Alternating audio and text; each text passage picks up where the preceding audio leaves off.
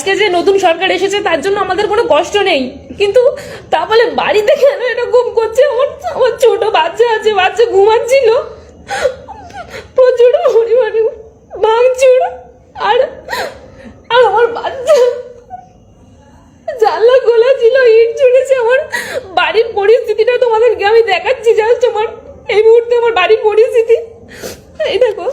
আমার বাড়ির এই সব কিছু, আমার এই সব কিছু আছে, আরো অনেক, আরো বাইরের অবস্থা খুব খারাপ। আমি তোমাদের অন্ধকারে জুম করে দেখাতে পারবো না এই মুহূর্তে পরিস্থিতিটা। দাউদপুর অঞ্চলে আমরা উপস্থিত হয়েছি। এই মানুষজন যারা দেখছেন সব আতঙ্কগ্রস্ত মানুষ।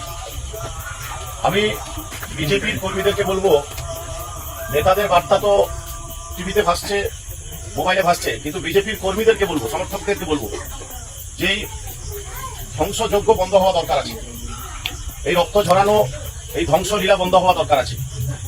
মানুষকে মানুষ ভাবতে হবে। মানুষ তার বদলা আজকে নিয়েছি, তার বদলা নিয়েছে মুখ্যমন্ত্রীর এই ক্ষমতার গর্ব। টিএমসি কে হারানোর জন্য কিছুগুলো মুসলমান গাদ্দারি করেছে, তার মধ্য থেকে একে অন্যতম গাদ্দার হিসাবে আমরা আখ্যায়িত করতে পারি। তার কারণ একে আমরা মোস্ট ওয়ান্টেড মুসলমানের গাদ্দার হিসাবেও বলতে পারি। কেননা এই ব্যক্তি কে আর কি তার পরিচয় আপনারা জানেন। এই ব্যক্তি একটা সময় টিএমসির বিধায়ক ছিলেন। টিএমসির সাথে গাদ্দারি করার কারণে তাকে দল থেকে বহিষ্কার করা হয়। বহিষ্কার করার ফলে সে মুসলমান কমিউনিটির মধ্যে এসে মুসলমানের ইমোশনের যে জায়গা, সেই জায়গাতে সে আঘাত করে, আর সে মুর্শিদাবাদে বাবরি মসজিদ বানানোর ঘোষণা করে। আর এই বাবরি মসজিদের নামে কোটি কোটি টাকা উপার্জন করে। উপার্জন করার পর এই ব্যক্তি নতুন দল বানানোর ঘোষণা করে অথবা দল বানানোর ফলে সে মমতা ব্যানার্জিকে হারানোর জন্য বিভিন্ন মুসলিম এলাকার ভোটগুলো বিভাজন করে প্রার্থিত্ব দিয়ে। তো সুতরাং কথা হইল যে এই ব্যক্তি নিজের মুখেই বলছে যে প্রতিশোধ নিয়েছি বা বদলা নিয়েছি। কিসের বদলা নিলেন? তার মানে সে গাদ্দারি করার ফলে তাকে দল থেকে যখন বহিষ্কার করা হয়, সেও মনে মনে এটা ভাবছিল যে যাতে করে মমতা ব্যানার্জিকে গাদিচ্যুত করা যায়, যাতে করে মমতা ব্যানার্জিকে এই গাদির থেকে নামানো যায়। এইবার এই কথা সে চিন্তা করে নাই যে মমতা ব্যানার্জিকে নামানোর পর এখানে বিজেপি ক্ষমতা আসবে, আর বিজেপি ক্ষমতা আসলে কি অবস্থা মুসলমানের হবে। সে একার বদলা নেওয়ার জন্য তার সাথে মমতা ব্যানার্জির সাথে মনোমালিন্য, সে গাদ্দারি করার ফলে, সেই দল থেকে তাকে বহিষ্কার করার ফলে সে তার বদলা নেওয়ার জন্য মমতা ব্যানার্জির পার্টিকে হারানোর জন্য সমস্ত মুসলিম এরিয়ার মধ্যে সে বিধায়ক অথবা প্রার্থী দাঁড় করানোর ফলে মুসলমানের ভোটগুলো বিভাজন হয়। বিভাজন হওয়ার ফলে সেই জায়গাগুলোতে মমতা ব্যানার্জির পার্টি অথবা তৃণমূল কংগ্রেস হেরে যায়। হেরে যাওয়ার ফলে এইবার সে বলছে যে আমি ঠিকই মমতা ব্যানার্জির সাথে বদলা নিয়েছি। এইবার এই ব্যক্তি নিজের ব্যক্তিগত স্বার্থের জন্য মমতা ব্যানার্জির সাথে বদলা নিয়ে সারা লক্ষ লক্ষ মুসলমানকে বিপদের মুখে ঠেলে দিলেন। এইবার সেখানে বিজেপির ক্ষমতা আসতে না আসতেই সমস্ত জায়গাতে মুসলমানের দোকানপাট ভাঙচুর হচ্ছে, মসজিদের মধ্যে ভাঙচুর হচ্ছে। এখন তো বর্তমান দেখলাম মসজিদের মধ্যে কোরআন গুলো ছিঁড়ে ছিঁড়ে টুকরো বিটুকরো করে ফেলে দিছে।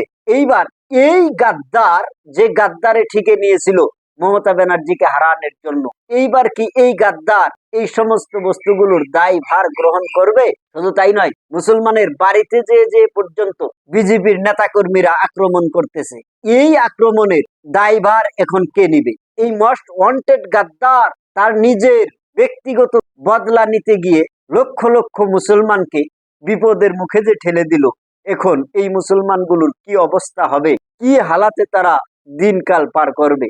এই মোস্ট ওয়ান্টেড গাদ্দারে বলছে যে মমতা ব্যানার্জির সাথে এই হওয়াই উচিত ছিল, মমতা ব্যানার্জির সাথে আমি প্রতিশোধ নিলাম, বদলা নিলাম। সে এখন একার প্রতিশোধ নিতে গিয়ে লক্ষ লক্ষ মুসলমানকে এই দুর্যোগের দিকে যে ঠেলে দিল, লক্ষ লক্ষ মুসলমান যে এখন বিপদে, এই মুসলমানের পাশে এখন কে দাঁড়াবে? এই মুসলমানকে এখন কে দেখভাল করবে? কে এই মুসলমানদের অভিভাবক হবে? কারণ এই মোস্ট ওয়ান্টেড গাদ্দারে যে কাজটা করলো মমতা ব্যানার্জিকে হারানোর জন্য, বিজেপির টাকা খেয়ে বিজেপির সাথে মিলে যে কাজটা করলো, এই কাজের ফল এখন ভুগতে হবে এই লক্ষ লক্ষ মুসলমান। তো সুতরাং কথা হইল যে এই ধরনের গাদ্দার নেতাদের পিছনে কোনো টাইমেই ঘুরবেন না। কারণ এই ধরনের নেতারা শুধুমাত্র সে নিজে বাঁচার জন্য আপনাকে বিপদেও ফেলতে পারে, আপনাকে বাঁচানোর নাম কোনো টাইমেই নেবে না।